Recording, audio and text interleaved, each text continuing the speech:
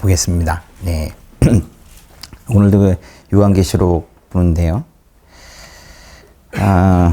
오늘 요한계시록, 오늘은 4장 보도록 하겠습니다. 예. 요한이 유배되었던 섬이 뭐예요? 반모섬이죠. 유배되신 적 있으세요? 고립이 되는 거죠. 딱 단절이 되는 거예요. 그러니까 다른 데로 가지 못하죠. 섬이라는 거 자체가 고립된 장소인데 지금 요한은 뭐 더군다나 공식적으로 유배가 된 상태니까 매여 있는 거예요. 요한의 입장에서 생각해 보면은 그 섬에 있으면서 이런 마음이 들 것 같아요. 사방이 다 막혀 있구나. 어디로도 못 가니까 사방이 다 막혀 있구나. 그러면서 이제 열심히 이제 복음을 전하다가 잡혀가지고 반모섬으로 오는 배에서 아마 이런 했을지도 몰라요. 소망이 약해지고 있는 것 같다. 이런, 없다는 건 아닌데 소망의 끈이 조금 약해지는 것 같다. 나는 실패하는 건지도 모르겠다. 이런 생각이 들었을 것 같아요. 제가 너무 감정이입을 했는가 모르겠어요. 근데 그 사역자의 입장에서 아마 그런 생각을 했을지도 모르겠다라는 생각이 들기도 했어요. 그런데 이 습관이 무서운 게 이 요한이 주일만 되면 그렇게 예배를 드렸거든요. 그래서 반모섬에 유배를 갔더라도 습관적으로 예배를 드린 거예요. 근데 그날의 예배는 그냥 드려서 드리는 게 아니라 정말 마음이 크게 감동이 와가지고 이렇게 드렸나 봐요. 성령이 사로잡혀가지고 그래 드렸나 봐. 그러다가 드디어 그날 예수님을 만난 거예요. 환상으로 모신 예수님. 그러니까 얼마나 보고 싶었던 예수님이에요. 환상으로 나타난 예수님은 긴 옷을 입고 있었어요. 그리고 이제 가슴에 금띠를 두르고 있었고, 그리고 오른손에는 7뼈를 들고 계셨대요. 그러니까 요한이 너무 놀라서 죽은 사람처럼 엎드러져 있었대요. 그랬더니 이제 예수님께서 두려워하지 마라. 그러면서 이제 일어나라고 하셨잖아요. 그래서 이제 예수님께서 바로 일을 시키세요. 뭘 시키냐면 7교회에 편지를 보낼 거니까 받아 적어라. 그래. 일종의 사명이 주어진 거예요. 주님으로부터 사명이 주어지면은 그것이 크든 작든 상관없이, 저라면 좀 흥분이 될 것 같아요. 일을 주셨구나. 일을 주셨다는 게 왜 기쁜 일일까요?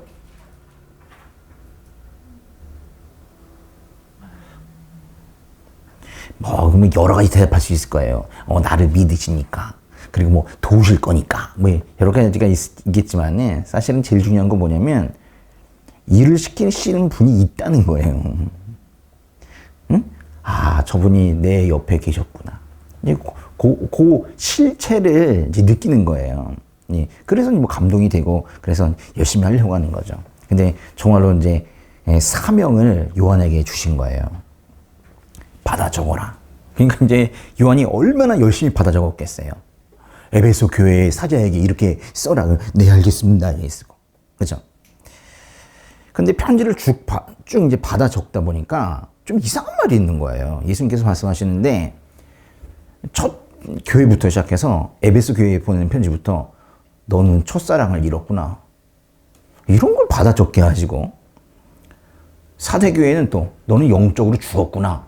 이렇게 말씀하시고, 또 잘 믿는 척 하더니 도덕적으로 타락했구나. 또 이런 말씀도 여러 번 하시고, 그 맨 끝에 라오디아의 교회에는 너는 잘 믿는 척 하더니 신앙은 뜨뜻미지근하다. 이렇게 또 말씀을 하시는 거예요. 그런 걸 이제 받아 적은 거거든요. 요한의 기분이 어땠을까요? 비참했을 거예요. 자신이 목숨을 바쳐서 목숨을 걸고 지키려고 했던 그 믿음, 또 그 믿음의 공동체인 교회, 그거의 이제 현실을 제대로 이제 보게 된 거예요. 현실 즉시. 근데 뭐 어떻게 미워하거나 타협할 수도 없는 거예요. 주님께서 말씀하셨거든요. 주님께서 첫사랑을 잃었구나, 타락했구나, 이렇게 콕 집어서 말씀하셨기 때문에 이건 뭐 어떻게 숨길 수가 없는 거예요. 예수님을 따르기는 하겠는데, 야, 그래, 예수님은 밉진 않은데 내가 교회까지 이렇게 섬겨야 되는가? 응? 정말 부족하기 짝이 없는, 응? 흠결 많은 이 교회까지 내가 섬겨야 되는가? 뭐 이런 생각이 들지 않았겠습니까? 그럴 수 있어요. 이 사람들이 그래서 이제 나 예수님은 괜찮아요. 근데 교회 다니는 사람들은 싫어. 뭐 그런 사람들 있잖아요. 여기가 딱 그 느낌이거든요. 근데 교회가 사실은 이제 어떤 곳인지 예수님이 이미 말씀하셨잖아요. 뭐라고 그랬어요? 이거 한번 읽어보세요. 이 말을 듣고 예수께서 말씀하셨습니다. 건강한 사람에게는 의사가 필요하지 않으나 병든 사람에게는 의사가 필요하다. 이거 봐요. 교회는 병든 사람들이 모이는 곳이라고요. 모여서 그냥 아픈 게 아니라 모여서 주님으로부터 치유를 받는 곳. 그게 바로 교회인 거예요. 그러니까 건강한 사람들끼리 모여가지고 하나 둘 하면서 러닝하는 그런 동아리가 아닌 거예요. 심지어는 마가복음에서는 이렇게 말씀하셨어요. 끝에 보시면 나는 의인을 부르러 온 것이 아니라 죄인을 부르러 왔다 그러셨거든요. 그러니까 교회는 결코 완성된 곳이 아니고 완벽한 곳도 아니고 오히려 도움이 엄청 필요한 그런 사람들을 모아놓은 곳이에요. 그래서 교회에 기대가 큰 사람들 있죠. 교회에 기대하는 건 좋습니다. 근데 그 기대의 수준이 있어요. 근데 그게 너무 넘어가는 사람들이세요. 교회의 어떤 이상적인 뭐 그런 모습을 생각하고는 실제로 없는데, 교회의 어떤 이상적인 모습을 생각하고는 교회에 대해서 저런 모습이 보인단 말이야? 이러면서 이제 크게 실망하기도 하는 거예요. 교회가 왜 저래? 교회 다니는 사람이 왜 저래? 집사람에? 뭐 이러면서 이제 뭐 실망하는 거예요. 기대가 크니까. 근데 요한은 지금 그런 교회죠. 왜 저래? 하는 그런 교회를 위해서 목숨까지 걸면서 지금 복음을 전하다가 지금 반모섬에 유배까지 가잖아요. 유배까지 갔어. 그러니까 내가 도대체 뭐 한 거지? 뭐 이런 생각을 했을지도 모르는 거예요. 근데 이런 이제 어떤 짝짝한 마음을 우리 주님께서 다 알고 계시단 말이에요. 그래서 요한에게 이제 새로운 명령을 내리기 시작하는 것이 오늘 말씀의 시작이에요. 계시록 4장 1절 한번 읽어보세요. 이 일 후에 내가 보았습니다. 보십시오. 하늘에 열린 문이 있고 전에 내가 들은 금성 곧 나팔 소리같이 나에게 들린 음성이 말했습니다. 이리로 올라오너라. 그러면 내가 이후에 마땅히 될 일들을 내게 보여주겠다. 뭐라고 명령을 하신 거예요? 이리로 올라오너라. 수평 이동 아니고 수직 이동. 그죠? 그걸 말씀하신 거예요. 왜냐면 지금 요한에서는 수평으로 요한은 지금 이 땅에서는 수평으로 말하자면 옆으로 움직일 수가 없어요. 어딜 가겠어. 섬에서 유배됐는데 위로만 갈 수 있는 거예요. 그래서 이제 주님께서 요한을 위로 올라오라고 그렇게 이제 부르신 거예요. 아마도 요한은 그 1절에 나오는 열린 문이라는 게 있거든요. 그 열린 문을 통해서 들어갔거나 또 뭐 그 문을 통해서 봤을 거예요. 요한이 스스로 그 하늘 보좌 뭐 그런 걸 볼 수는 없지만은 특별히 주님께서 열어주시면 볼 수 있는 거예요. 아무나 보지 못해요. 딱 열어주시니까 열린 문을 요한에게 열린 문을 주신 거죠. 그래서 이제 본 거예요.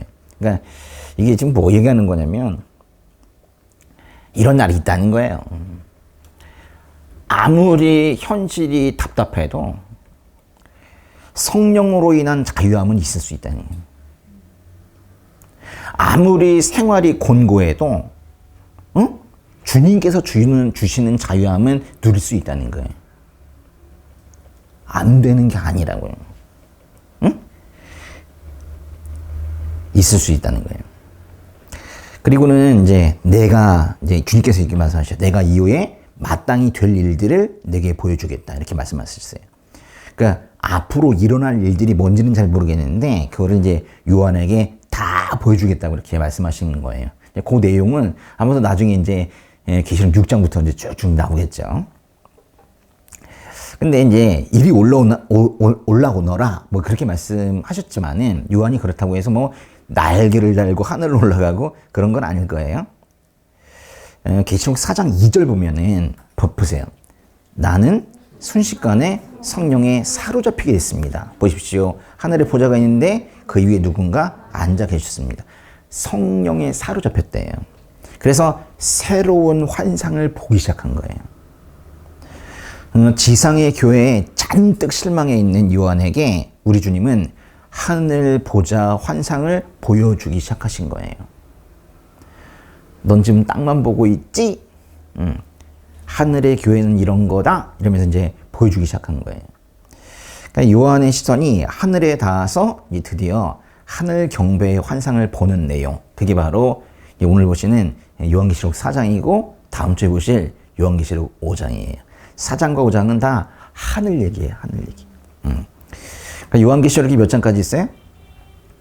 22장까지 있습니다. 요한계시록의 구조를 잠깐 보시면은 그 앞에 부분만 좀 볼게요. 이렇게 돼 있어요. 처음에 이제 서론 뭐 인사말이죠. 뭐 그런 게 나오고 그 다음에 1장의 후반부가 다 예수님 얘기예요. 예수님이 나타나신 얘기. 응? 예배 드리고 있는데 갑자기 예수님께서 환상으로 나타나신 얘기. 그리고 2장, 3장이 두 개 장이 다 7교회 얘기예요. 그리고 6장부터가 7인 재앙부터 이제 시작이 되는데 7인 심판. 이때부터 이제 뭐 7인, 7나팔, 7대접 아직 말도 어려운 뭐 그런 것들이 이제 뒤쪽으로 쭉쭉 나와요. 그런데 갑자기 그 사이에 4장, 5장이 들어가 있단 말이에요. 이건 무슨 심판 얘기도 아닌데 갑자기 이게 있다는 거예요. 이게 왜 들어간 거예요? 7교회의 얘기와 7인 사이에 자그마치 2장에 걸쳐서 하늘의 경배 얘기를 하고 있어요. 그러니까 요한계시록을 읽고 있던 우리의 시각도 이 땅에서 저 하늘로 같이 올라가는 거예요. 이렇게 밑을 보다가 위를 보는 거예요. 이 땅의 현실에서 하늘의 보좌로 이제 우리 시선이 옮겨가기 시작을 하는 거예요. 계시록 2장과 3장이 그 교회의 지상적인 존재, 이 땅의 교회에다가 초점을 맞추고 있다면 이 4장과 5장은 하늘의 교회, 천상적 존재에 대해서 이제 강조를 하고 있는 거예요. 그러면 4장과 5장의 차이점은 뭔가? 여기 나온 그대로 4장은요, 하나님 얘기예요. 근데 5장은 예수님 얘기. 어린 양, 죽임당한 어린 양께 경배하는 얘기. 그게 이제 주로 나오거든요. 결국 4장과 5장에서 말하려고 하는 거, 왜 계시록에서 4장과 5장을 여기다가 집어넣어놨는가? 왜 집어넣어놨겠어요? 이 4장과 5장이 뭘 말하는 거겠어요? 이게 다 아니라고, 이게 다는 아니라고, 눈에 보이는 게 다는 아니라고, 이 땅에서 보이는 교회 현실이 그게 다는 아니라고요. 그게 교회의 모든 모습이 아니라고. 지상의 교회는요, 이 땅의 교회는 흔들릴 수도 있고, 어떤 면에서는 무력해 보일 수도 있어요. 그게 마음에 안 들 수 있지. 근데 저 위에 하늘 보좌에서 그 교회를 통치하시는 하나님과 어린 양을 보라는 거예요. 진짜 저기 있다는 거예요. 진짜 저기 있다. 그래서 이제 보시면요. 2장, 3장은 이 땅의 교회 얘기야. 땅. 그러니까 거기 뭐 고난, 박해, 타협, 영적 투쟁, 별의별 보기 싫은 것들이 다 있지. 이 땅의 교회는 원래 그런 거예요. 근데 여기 4장, 5장에 보니까 하늘에 있는 교회. 하나님 보이고 막 그러는 거예요. 승진, 예배, 찬양, 뭔가 좋은 말들만 잔뜩 있죠. 근데 우리 눈에 보이는 건요, 딱 여기까지 보이는 거예요. 이게 다가 아니다. 그걸 얘기하는 거예요. 그리고 이제 성경에 나오는 어떤 이제 다른 책들은요, 다 이 얘기만 해요. 특별히 사도행전도 다 이게 바울이 개척하고 뭐 베드로가 세우고 하는 그런 얘기들 딱 이쪽 얘기만 하잖아요. 그렇죠? 그러나 요한계시록의 장점이라고 할까? 요한계시록의 특징이라고 할까? 이런 얘기를 하고 있는 거예요. 다가 아니다. 예. 물론 이 땅에 교회들도 정신 차려라 이렇게 말씀하시면서 예수님께서 책망을 하시죠. 그게 뭐 책망하시고 끝나는 게 아니라 바꾸라는 거예요. 그래서 이제 바꿔야 될 필요성이 있는 교회들의 모습이 있죠. 그건 분명합니다. 예수님도 콕 집어서 바꿔라, 회개해라 이렇게 말씀하시는데 그럼에도 불구하고 잘 안 바뀌어요. 죄인들이 모여 있는 곳이기 때문에 이 교회가 그렇게 많이 바뀌진 않아. 그럴 때 실망하지 말고 하늘 보좌를 보라는 거예요. 다시 한번 말씀드리지만 지금 보이는 게 다가 아니라는 거예요. 솔직하게 말씀을 드리면 이 땅의 교회가 잘해야지. 괜찮겠어요? 네? 이 땅의 교회도 엄청 생각 바꾸고 행동 바꾸고 해야 될 게 많아. 그렇지만은 지금 여기서 얘기하는 건 그냥 안 된다가 아니라 한계가 있다는 거예요. 한계가. 그 구성원들이 진정으로 진심으로 회개하고 그리고 그 사랑의 마음으로 공동체를 섬기면서 뭐 그런다 하더라도 그래도 한계가 있다는 거예요. 이 땅이기 때문에. 근데 이게 다가 아니라니까요. 저 위에 우리가 원하는 그 교회의 모습이 있다는 거예요. 요게 이제 다 끝나고 나면 계시록 6장부터 이제 차례대로 일곱인, 일곱 나팔, 일곱 대접의 심판이 이어지거든요. 아주 무서운 얘기들도 많이 나와요. 근데 4장 5장에서 그 전에 하나님 얘기, 예수님 얘기를 하고 있잖아요. 왜 하겠어요? 그러니까 그런 심판들이 그냥 우릉쿵쾅 나오는 게 아니라 하나님께서 예수님께서 공의롭게 집행하시는 것이다 라는 걸 얘기하고 싶은 거예요. 그러니까 심판을 말하기 전에 심판의 근원이 되시는 분을 먼저 말하고 싶은 거예요. 계시록은 참 이게 어떻게 보면 무서운 책이에요. 응? 아주 어떻게 이렇게 체계를 잡았을까? 이건 사람이 쓴 건 아닌 것 같아요. 계속 얘기하지만 이건 진짜 사람이 쓸 수 있는 건 아닌 것 같아요. 그래서 이제 4장과 5장은요, 일곱인, 일곱 나팔, 일곱 대접이 나오기 전에 잠시 뭐 막간으로 등장하는 그런 얘기가 아니에요. 매우 중요한 얘기예요. 그러니까 4장과 5장이 있기 때문에 앞으로의 심판도 정당성을 얻는 거예요. 어떻게 보면 4장과 5장은 이 편지의 계시록의 또 다른 서론이에요. 그러니까 이제 우주적인 어떤 그런 심판이 나오기 전에, 그 전에 그게 어디서부터 나오는 심판이냐라는 거를 먼저 말하는 그런 장이 바로 4장과 5장이에요. 요 이제 계시록의 구조를 이제 조금은 아는 것도 그것도 뭐 보는 거에 재미가 좀 있을 거예요. 하나님은 창조주이시죠. 그렇기 때문에 세상을 심판할 권리도 있으세요. 그러니까 만드신 분이 심판도 하시는 거죠. 그러니까 피조물들은 근데 그럼 뭐 해야 되겠어요? 하나님은 창조를 하셨고 세상을 만드셨고 피조물들은 뭐 해야 돼요? 우리는 경배, 예배. 그거 해야 된다. 그게 제대로 된 교회의 모습이다. 응? 그 얘기가 4장과 5장의 얘기예요. 이렇게 뭐 어려운 내용은 아니에요. 이제 하나님 얘기라고 했지만은 하나님만 얘기하는 게 아니라 그 앞에 있는 성도들이 경배해야 된다라는 얘기 하는 거예요. 근데 하나님은 어떻게 생기셨어요? 어떤 모습이세요? 그래서 창세기 우리 형상이란 말이 있죠. 그러니까 하나님의 입장에서 하나님의 형상으로 인간을 지었다. 그러니까 거꾸로 그럼 하나님도 인간처럼 생겼나? 그러면서 제가 처음 예수님 만났을 때 좀 막 그런 생각했어요. 좀 부끄럽지만은 좀 그런 상상 많이 했습니다. 그리고 여기 계신가? 요 안에 계신가? 위치 파악도 막 어렵고 그래가지고. 근데 어디 계신 것 같긴 한데 얼마나 가까이 계시는지 잘 모르겠고 이 마음속에 계신가? 막 그러고. 계시록에서는 그 하나님의 모습을 어떻게 표현하고 있는지 한번 볼게요. 이 특이해요. 계시록 4장 3절인데요. 그 앉으신 이는 벽옥과 홍옥 같고 무지개가 보좌를 둘러싸고 있는데 그 모습이 에메랄드 같았습니다. 뭐뭐 같았대요. 뭐 같았대요? 보석. 그 앉으신 이는 당연히 뭐 하느님을 말하는 건데 그 하나님을 보석 같다고 지금 말하고 있는 거예요. 벽옥 같고 홍옥 같고 에메랄드 같고. 근데 이 보석은요 또 말하는 사람마다 보석의 종류가 다 달라져. 그러니까 이 보석을 가지고 이거는 이런 의미고 이건 이런 의미고 그러면 안 돼. 이건 권위고 이건 성결이고 뭐 이러면 안 된다고. 그냥 보석인 거예요. 그러니까 보석 하나하나에 어떤 의미를 이렇게 부여할 필요는 없습니다. 근데 그냥 이 느낌이 그런 거예요. 우리 하나님은 보석 같은 분이래요. 2절에도 3절에도 보좌라는 말이 나오는데 사실은 이 계시록에 보좌라는 말이 엄청 많이 나와요. 이 장에만 한 10여 차례 나오거든요. 그러니까 왜 이렇게 보좌라는 말이 많이 나오느냐? 보좌가 뭐예요?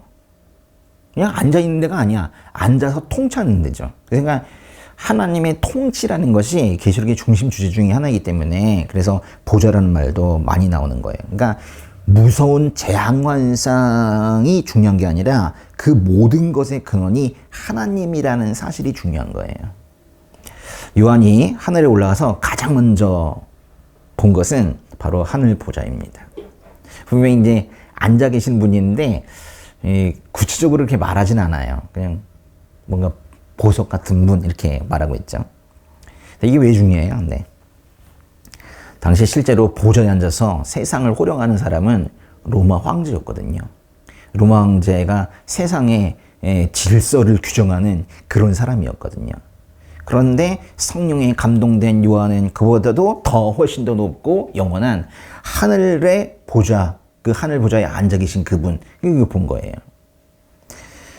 그 하나님의 구속인 형상은 뭐 우리도 잘 볼 수 없지만은 요한도 사실 볼 수는 없었어요. 근데 어쨌거나 느낌이 그분으로부터 나오는 빛이 찬란한 보석 같은 빛이었다는 거예요. 반짝반짝 되고 뭔가 그 아름다운 빛 그런 것 같았다는 거예요. 그 빛은 사실 두 개의 속성이 있는데 하나는 세상을 밝게 비추는 그런 빛이기도 했지만은 아주 예리하게 비추면서 죄를 드러내고 심판하시는 그런 빛이기도 했어요. 근데 그런 빛 가운데 뭐가 있었대요? 무지개가 있었대요.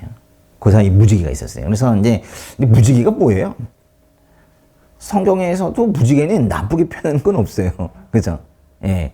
우리도 모르게 가다가 무지개 보면 기분 좋잖아요. 그죠? 뭔 뜻이에요? 약속이란데, 약속.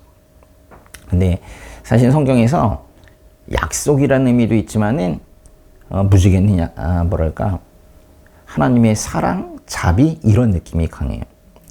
이게 왜 중요하냐면, 하나님은 심판하시는 분이신데, 심판만 하시는 건 아니라는 거예요. 정말 자비로우시고 사랑이 많으시고 좋으신 분이고 아름다우신 분이고 그런 의미를 담고 있는 거예요. 근데 그 하나님께서 혼자 계시지 않은가 봐요. 그래서 하나님 주변에 누가 있어요? 계시록 4장 4절 한번 읽어보세요. 또 보좌 둘레에는 24개의 보좌가 있고 그 보좌에는 24명의 장로가 흰 옷을 입고 머리에 금 면류관을 쓰고 앉아 있었습니다. 24명의 장로가 있었대요. 많은 사람들이 이 24, 24라는 숫자를 뭐 구약의 12지파, 신약의 12사도 뭐 이런 걸 합쳐가지고 설명을 하기도 하는데 그 근거는 상당히 빈약해요. 많은 사람들이 그렇게 말하고 있음에도 불구하고 그냥 그렇게 말하는 거지 실제로는 그런 의미로 해석하기에는 좀 무리예요, 무리. 그래서 이제 그렇게 무리하게 의미를 부여하기보다는 그냥 24장로라는 말은 이렇게 해석하시면 좋아요. 하나님의 모든 백성, 모든 하나님 백성. 그러니까 구원받은 성도들을 말하는 거예요. 그러니까 24장로라는 표현이 저 멀리 누군가에 있는 다른 그룹이 아니라 여러분을 말하는 거라고. 24장로들이 누구라고요? 여러분. 그걸 얘기하는 거예요. 그러니까 24장로들이 이제 또 나올 텐데 잘 보셔야 돼요. 그들이 뭘 하고 있는지.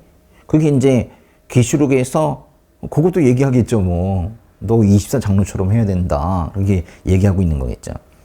이제 그 24장로들이 지금 하나님 둘레에서 흰 옷을 입고 머리에 금 면류관, 금관을 쓰고, 야, 이거는 왕만 쓰는 건데, 뭐 그것도 이제 쓰고 앉아 있대요. 성도들이 보세요. 금관을 쓰고 그리고 여기 흰 옷을 입고 있대요. 아주 흰 옷이라고 그러면 좀 무섭긴 한데, 그죠? 예. 근데 왜 흰 옷을 입고 있죠? 염색을 못했나요? 표백을 세게 했나요? 예수 그리스도의 피로 그 옷을 빨았기 때문이죠. 우리 계시록은 그렇게 말하잖아요. 예수님의 붉은 피로 옷을 빨면 하얘진다. 그렇게 말해요. 그거예요. 저 흰옷이 그냥 흰옷이 아니라 예수 그리스도의 보혈로 빤 그 옷을 말하는 거예요. 또 그들이 머리에 금 면류관 그걸 썼대요. 이거 누가 씌워주신 거냐면 하나님께서 씌워주신 거거든요. 다 이렇게. 잘했다. 이겼구나. 끝까지 신앙을 지켰구나. 그래가지고 이제 타협과 유혹 속에서도 너는 끝까지 신앙을 지켰구나. 그래가지고 상급으로 주신 거거든요. 그리고 이제 근데 하필 주실 때 왜 그렇게 금 면류관을 주시느냐. 이 땅에서 살 때 왕처럼 살라고. 왕적 권위를 주신 거예요. 지금 이게 이제, 뭐, 계시록에서 뭐 그런 의미이구나? 뭐 이러고 넘어갈 게 아니라 지금 크리스찬들의 정체성을 말하는 거예요. 네. 금 면류관을 쓴 사람들이라고. 안 믿으시세요? 이제 그렇게 보시는 거예요. 하나님께서. 좀 더 쉬운 말로 한다면은, 진짜 뭐, 요새 왕은 없지만은, 전제 군주제가 아니잖아요. 근데, 왕적 권위를 갖고 산다는 게 뭐냐면, 이 땅에서, 이 사회에서 항상 리더처럼 살아라. 그런 뜻이에요. 크리스천들이 세상의 리더가 되라고 그렇게 요청하고 계시는 거예요. 이게 뭔 뜻이에요? 권세도 있고, 책임도 있고, 그런 사람으로 살라는 거예요. 쭈구리처럼 살지 말고, 응?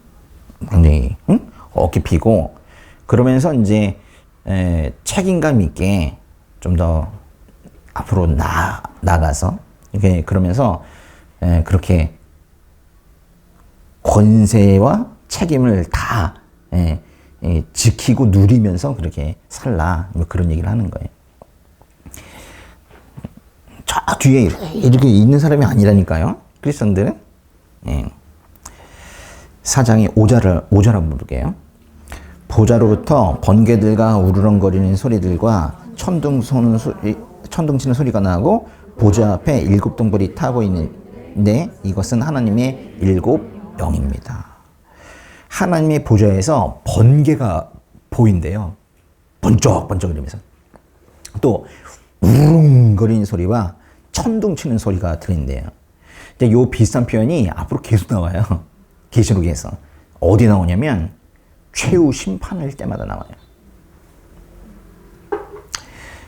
이게 마지막 심판하실 때 나는 그런 소리인 거예요. 이게 뭔 뜻이에요? 결국 하나님께서 심판하신다. 그거예요. 하나님의 보좌에서 최후의 심판에 그 형상과 그 소리가 난다는 거는 그분이 심판하신다라는 거예요. 또 하나님의 보좌 앞에는 하나님의 7영이 있대요. 뭐 성령을 말하는 것 같아요. 야, 그 다음 말씀은 진짜 특이한데 한번 읽어볼게요. 6절.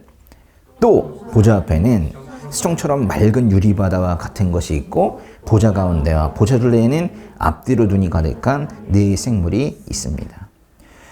사실 제가 계시록에서 정말 좀 좋아하는 말씀 중에 하나인데 좋아한다기보다는 좀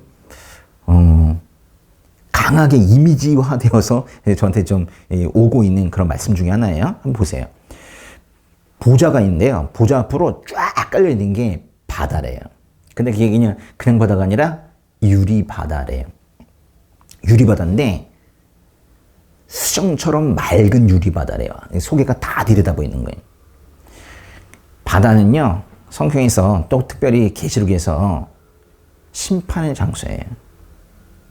아니 근데 보좌 앞에 쫙 깔려있는 그 맑은 바다가 심판의 장소라니. 그러니까 그 유리바다는요, 하나님을 대적하는 그 세력들이 모두 수장되는 곳을 말하는 거예요. 그러니까 생각해 보니까 유리바다가 정말 무서운 말이에요.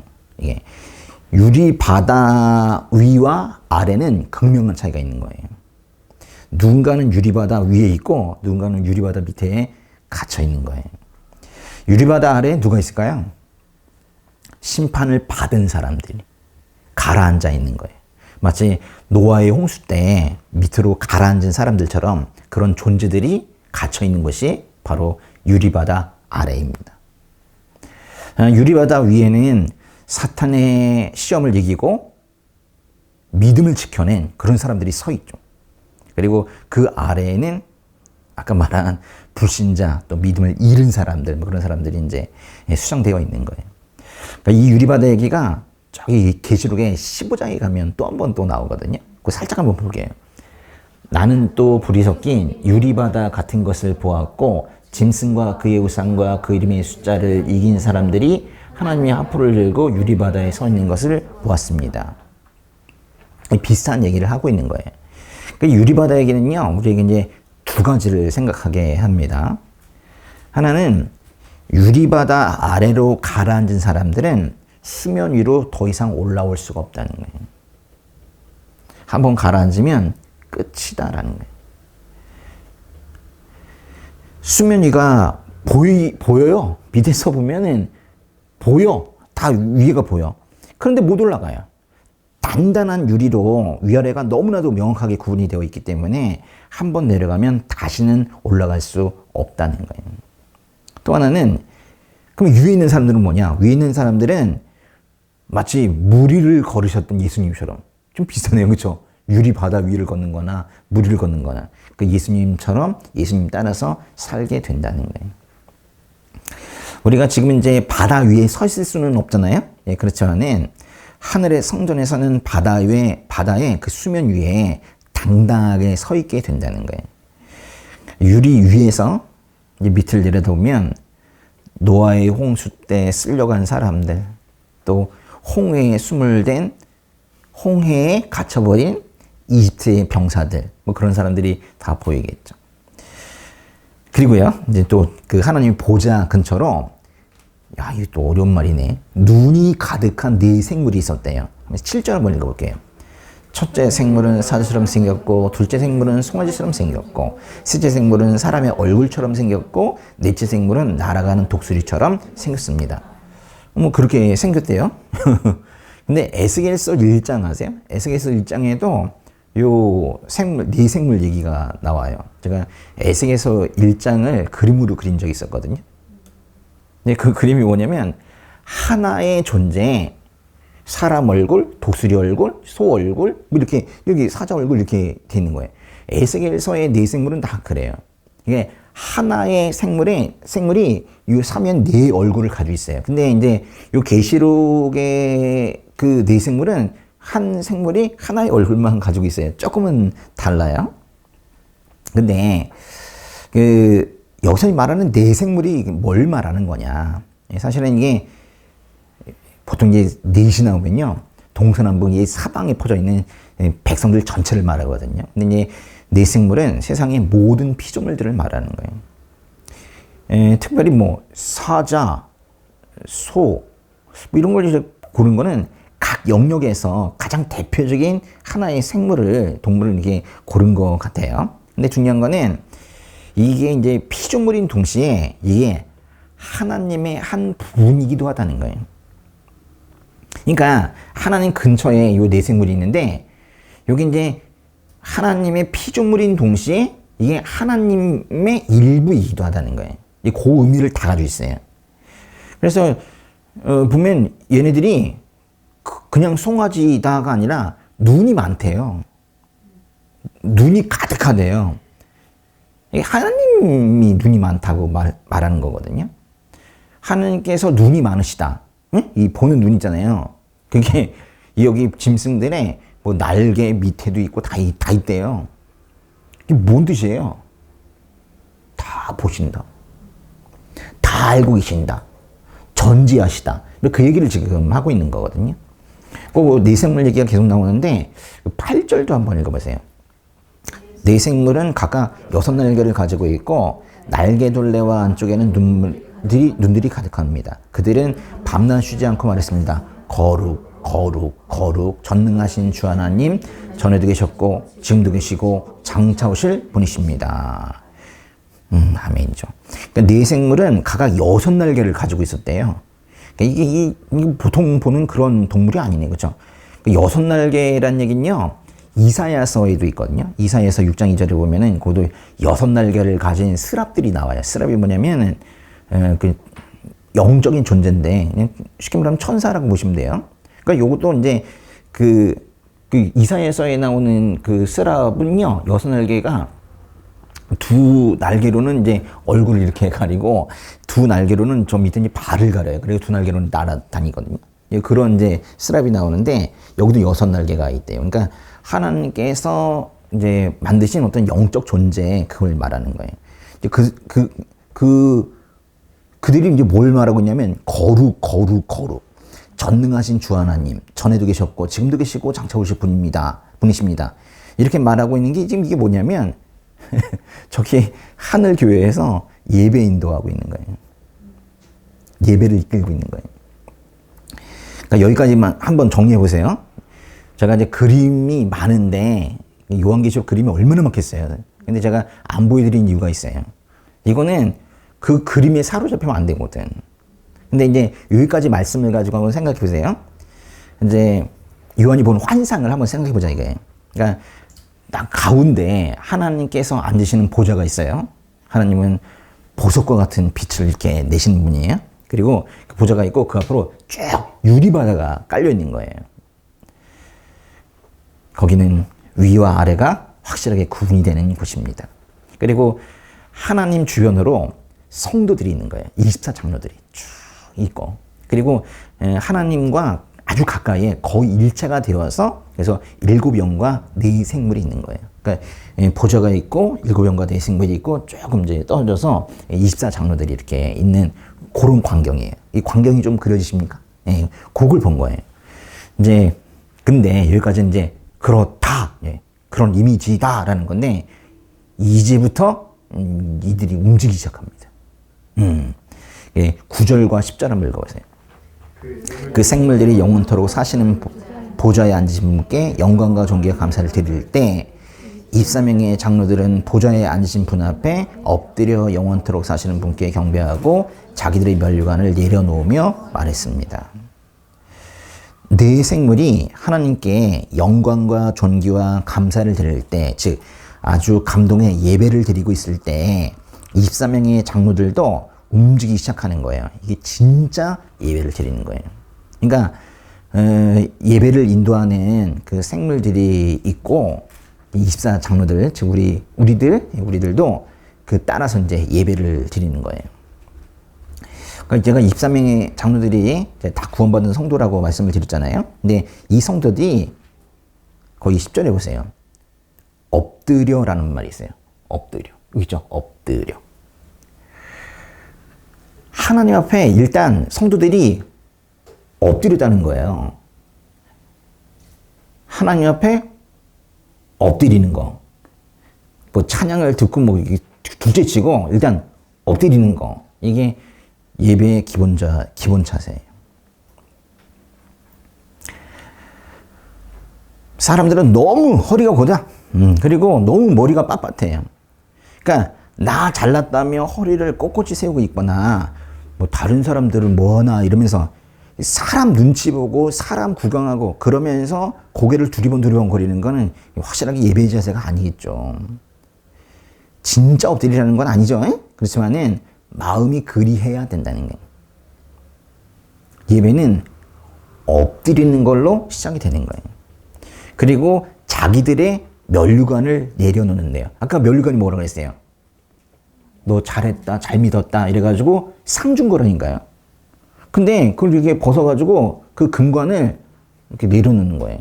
사실 다른 번역에서는 면류관을 내려놓는다 그렇게 표현하지 않고 사실은 이제 이거를 던진다 그랬거든요. 던진다. 이게 뭐 그 헬라어로 발로라는 단어를 쓰는데 잘 맞진 않는 것 같아요. 뭐 하나님한테 무슨 야구도 아니고 그러진 않는데 그 의미는 왜 그 단어를 썼는지는 조금 느낌이 있는 것 같아요. 이거는 확실하게 내게 아닙니다. 뭐 이렇게 하는 것 같아요. 이게 왜 하나님께서 굳이 씌워주신 그 면류관을 벗어서 내려놓고 나 던져버리겠어요. 하나님께 드린 거예요, 다시. 구원이 자기 공로가 아니라고 확실하게 말하는 거예요. 제가 잘해서 이렇게 된 게 아니군요. 이 면류관은 제가 잘해서 씌워주신 게 아니군요. 하나님께서 다 하셨는데 그냥 저한테 씌워주신 거군요. 이렇게 고백을 하는 거예요. 이게 또 예배의 본질이에요. 예배의 본질이 바로 이거예요. 그러니까 하나님께서 나를 구원하셨다고 고백하는 자리, 하나님께서 나를 구원하셨다고 고백하는 자리, 그게 바로 예배예요. 예배는 내가 하나님께 뭔가를 드리는 게 아니에요. 이건 너무 당연한 건데 이거 착각하는 사람들 많이 있어요. 응? 예배를 마치 드리는 것처럼, 응? 자기 시간을 내주는 것처럼, 그게 아니에요.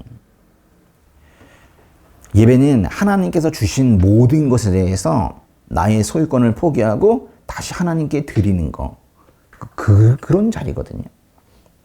그러니까 하나님께 인간이 할 수 있는 게 없어요. 해드리는 게 아니라고.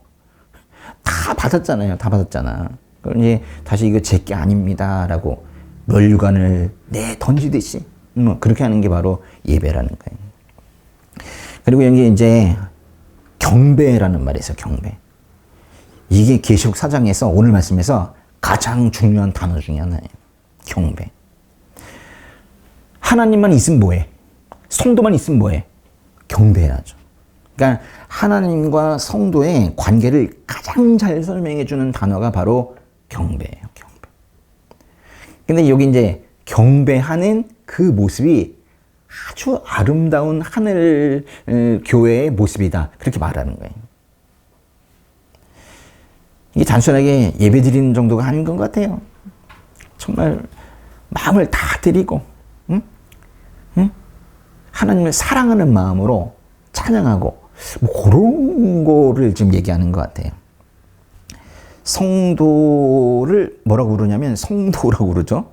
근데 이제 성도가 성도일 수 있는 거는 하나님을 진심으로 경배하기 때문에 성도가 되는 거예요.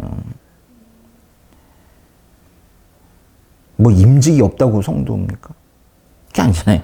그러니까 하나님을 진심으로 경배하지 못하면 사실 성도라는 그 묵직한 거룩한 단어도 함부로 쓰기는 좀 어려울 것 같아요. 성도들은 경배하는 마음으로 엎드려서 이제 찬양을 합니다. 어떻게 찬양하는지 4장 11절에 나오는데요. 이제 오늘 마지막 절이에요. 보세요. 주 우리 하나님이시여 영광과 존귀와 능력을 받으시기에 합당하십니다. 주께서 만물을 창조하셨고 주의 기쁘신 뜻으로 인해 만물이 존재했고 또 창조됐습니다. 이렇게 끝났어요. 지금 여기 보니까 창조 얘기가 많네요. 그죠? 주께서 만물을 창조하셨고 주의 기쁘신 뜻으로 인해 만물이 존재했고 또 창조됐습니다. 그러니까 뭐라고 찬양하고 있는 거예요? 하나님은 창조주이십니다. 아멘. 이러면서 이제 찬양하고 있는 거예요. 그러니까 요한계시록 4장이 결국 말하려고 하는 거는 이거예요. 예배의 근거는 창조에 있다. 예배의 근거는 창조에 있다. 어떻게 보면 너무 당연한 게 창조되지 않았으면 예배고 뭐가 있어요. 그렇죠? 그러니까 다음 주에 이제 우리가 계시록 5장을 볼 텐데 계시록 5장은 또 뭐라고 얘기냐면 예배의 근거는 구속에 있다. 구속. 어린 양의 구속 있죠? 거기에 있다라고 이렇게 말하고 있는 거예요. 그러니까 계시록 오늘 보는 4장은 예배 근거가 창조에 있다고 말하는 장인데 그런 거죠. 우리는 하나님에 의해서 설계되었고 하나님께서는 나를 다 아시고 하나님의 뜻에 따라 나는 존재하고 내 생명도 하나님께서 주관하시고 이런 걸 이제 고백하는 거잖아요.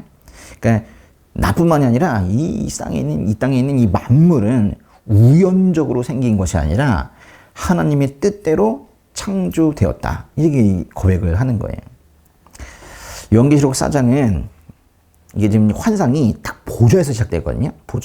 보좌가 있고 유리바다가 있고 보좌가 있고 입사 장로가 있고 내생물이 있고 뭐 이렇게 되는 건데 우리가 꼭 기억해야 되는 게 뭐냐면 그 보좌가 비어 있는 보좌가 아니라는 거예요. 아, 너무 당연한 거 아닙니까? 우리는 당연한 게 아닐지 몰라도 그 보좌가 비어 있다고 생각하는 사람들이 많이 있어요. 세상이 혼란스럽고 악한 권세가 승리하는 것처럼 보이고 그 가운데 교회는 힘이 없어 보일지는 몰라도 그렇다고 해서 보좌가 비어 있는 건 아니라는 거예요. 좀 더 쉬운 말로 한다면 하나님은 계시다고. 내 마음이 좀 쓸쓸하고 그리고 뭔가 내 마음처럼 세상이 안 움직인다고 하늘의 보좌가 비어 있는 건 아니라고요. 우리가 저기까지 시선이 못 가는 거예요. 하늘 보좌의 실제를 보지 못할 수 있는 거예요. 또는 수시로 깜빡깜빡 해가지고 그래가지고 이제 그럴 수 있고 또는 이 지상의 교회의 이 모습만 보다가 정신이 팔려가지고 저 위에 진짜가 있다는 거를 못 보고 있는 거예요. 보좌에는 지금도 살아계신 하나님께서 앉아 계십니다. 그분께서 세상을 통치하고 계시고 우리의 기도도 계속 듣고 계세요. 어리석은 악인들은 무신론이나 유물론 같은 그런 주장을 하면서 우주의 중심 보좌가 비어 있다는 등 또는 그 보좌에 인간이 앉아 있다는 등 그렇게 이제 말을 하고는 하지만은 그건 정말로 악한 거예요. 보좌에는 여전히 살아계신 하나님께서 앉아 계시기 때문에 우리가 이제 그거 믿고 가는 거고 그리고 지금 이 순간에도 그 보좌에서 하나님께서 통치권을 행사하고 계시는 거예요. 생각해보면요. 요한의 삶이 특별한 게 아닌 것 같아. 어쩌보면은 지금의 우리도 반모섬 같은 곳에 살고 있는 건지도 모르겠어요. 반모섬처럼. 사면초가 같은, 동서남북 다 막힌 사면초가 같은 이 땅에서 만약에 하늘에 저기 보좌 저걸 볼 수 없다면은 그저 매양 오해하고 매양 두려워하고 걱정하고 염려하고 그렇게 살 수밖에 없을 것 같아요. 그렇지 않습니까? 이게 크리스천들이 삶이 다른 이유는 바로 이거예요. 땅만 보느냐, 하늘의 보좌를 생각할 수 있느냐, 그게 다른 거죠. 하늘 보좌를 본 사람은요, 한 번만이라도 본 사람은 못 잊어요. 근데 이제 하늘의 보좌를 제대로 본 사람은 우리 주일립에서 얘기했던 것처럼 야곱이 이집트의 왕 파라오를 축복했듯이 그렇게 세상의 권력 앞에 당당할 수 있고 고난이 오더라도 찬양할 수 있고 그렇게 되거든요. 완전히 다른 삶이 되는 거예요. 요한은요, 이리로 올라오너라 그런 주님의 음성을 듣고는 환상 속에 올라가서 이제 하늘로 올라가서 예배를 봤어요. 그러니까 천사의 교회에서 어떻게 예배가 드려지고 있는지 그 완벽한 이상적인 그런 예배를 본 거예요. 그러니까 우리가 이제 수요 예배, 뭐 주일 예배 이렇게 예배를 드릴 때 요한이 본 그 하늘 예배 그것처럼 드려야 됩니다. 똑같을 수는 없다 하더라도 우리의 예배가 지향해야 할 곳이 그거라는 거예요. 그게 진짜 예배고 그래야 그 예배 힘으로 영적 전쟁에서도 승리하는 거거든요. 여러분 예배로 끝나는 게 아니라 여러분이 이 땅에서 잘 살아야 돼. 근데 영적 전쟁에서 승리하려면 예배를 잘 드려야 되거든요. 예배가 세상을 이깁니다. 예배가 고난을 이겨요. 예배가 죄를 이겨요. 하나님을 경배한다는 그 정말 단순하지만은 핵심적인 마음가짐, 응? 하나님 경배의 핵심적인 거. 이걸 이제 진짜 예배 드리고 사시는 우리 형제 자매님들 되시기를 주님의 이름으로 축복합니다. 네.